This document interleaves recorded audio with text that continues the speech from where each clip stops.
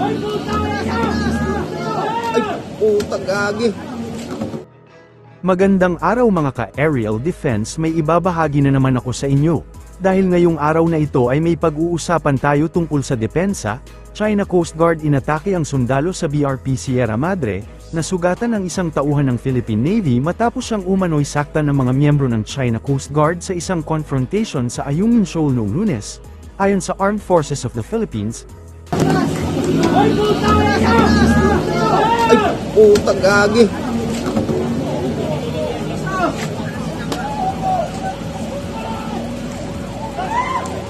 Asan kasi yung isang rubber boot?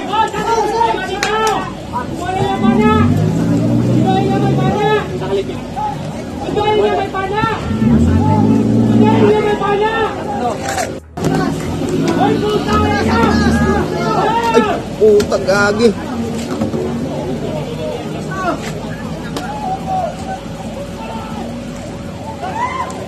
Asan kasi yung isang rubber boot?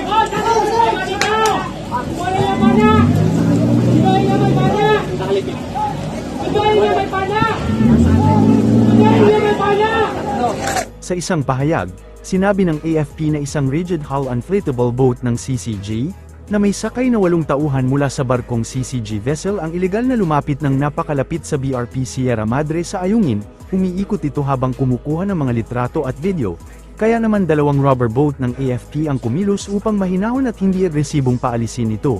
Gayunpaman, sinabi ng militar na lumala ang sitwasyon nang marahas at agresibong tumugon ang mga tauhan ng CCG, sa pamamagitan ng paghampas sa ulo ng isang tauhan ng Philippine Navy gamit ang isang bato na gawa sa kahoy na nagdulot ito ng pinsala sa tauhan at sa rubber boat ng Navy. Agad na nagbigay ng medical attention ang Western Command sa nasugatang tauhan at kasalukuyang nakikipag-ugnayan sa BRP Sierra Madre, upang matukoy ang tindi ng mga natamong pinsala at kung kinakailangan ng medical evacuation. Ang mga pinakahuling agresibong aksyon at pananakit na ito ng CCG ay nagpapakita ng hayagang kawalan ng pagpapahalaga sa kaligtasan, naglalagay sa panganib sa buhay ng ating mga tauhan, at nagpapataas ng tensyon sa West Philippine Sea. Pahayag ng AFP, naganap ang pinakahuling confrontation sa pagitan ng mga awtoridad ng Pilipinas at China sa West Philippine Sea, habang idinaraos sa Maynila ang ika-59 na pagpupulong ng mga foreign minister ng Association of Southeast Asian Nations. Sa kabila ng insidente, sinabi ng militar na nanatiling propesyonal at disiplinado ang kanilang mga tauhan habang sumusunod sa rules of engagement sa pagsasagawa ng kanilang legal na misyon sa loob ng EEZ ng Pilipinas.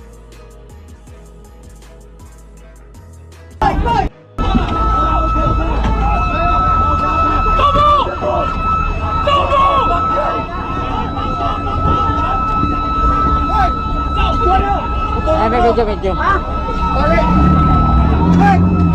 Pamputol na tali! Ano na?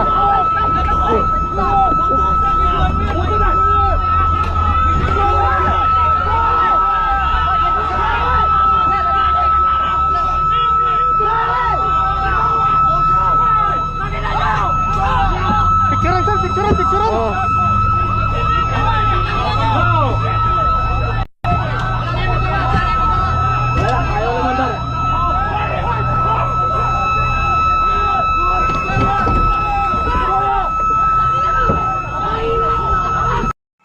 Tropa natin yan?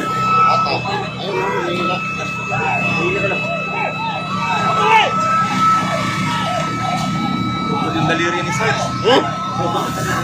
Sino? Ilan nandun? Ilan dyan?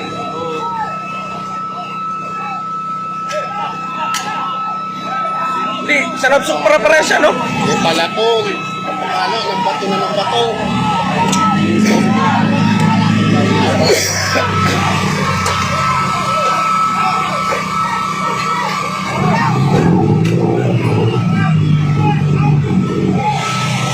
Oh, puta, nagbabato ka na, oh. Papatuan na ng bato.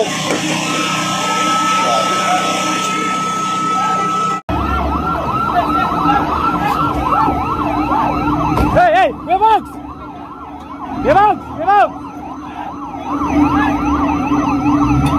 Tawag ka kay Bugs!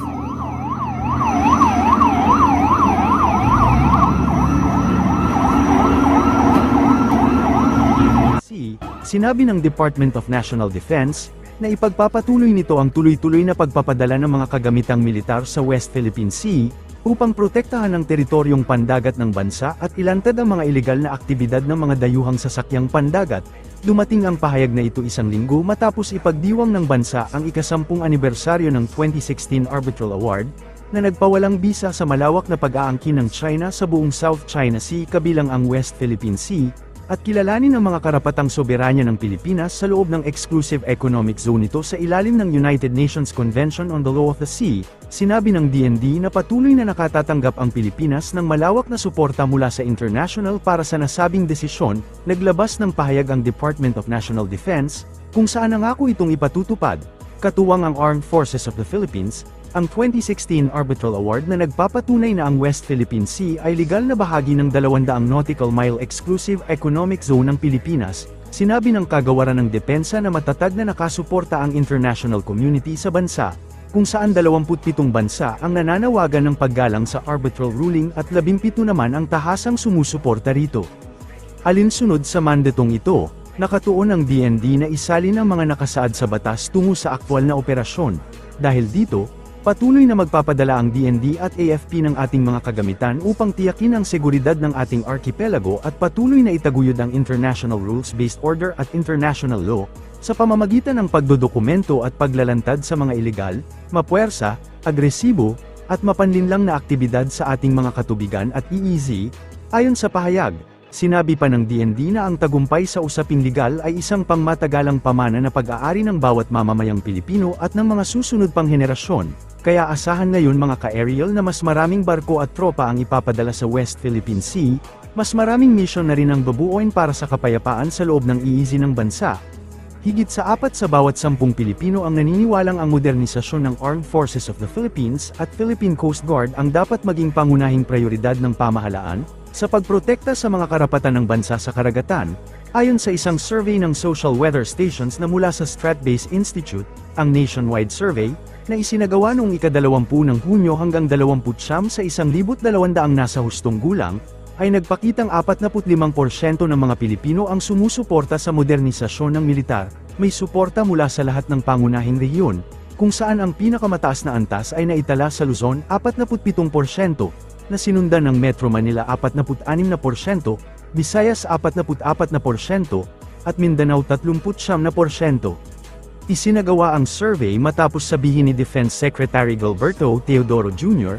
na dapat itaas ng pamahalaan ang paggasta sa depensa hanggang sa 4% ng gross domestic product, upang mapalakas ang kakayahan ng bansa na tumugon sa mga aksyon ng China sa South China Sea. Sumunod sa modernisasyon ng militar ang mga diplomatiko at panseguridad na pakikipagtulungan. 33% ng mga respondent ang pumili sa pagpapalawak ng kooperasyon sa karagatan, at magkasanib na pagsasanay militar kasama ang mga kaalyado bilang kanilang pangunahing prioridad, habang 22% ang pabor sa pagbuo ng karagdagang mga kasunduan sa depensa at seguridad kasama ang mga bansang may katulad na pananaw. Natuklasan ng SWS na 39% ang mas gustong palakasin ang mga alyansa, 31% ang nagnanais na palawakin ang mga kasunduan sa depensa, at 30% ang mas pabor sa modernisasyon ng militar. Ayon sa Stratbase Institute, ang mga resulta ay tumutugma sa isang survey ng Pulse Asia na ipinagawa nila noong Mayo, na nagpakita ng malawak na suporta ng publiko para sa mas malalim na kooperasyon sa seguridad kasama ang mga bansang tulad ng US, Japan, Australia, South Korea, at Canada sa pagtugon sa mga hamon sa West Philippine Sea.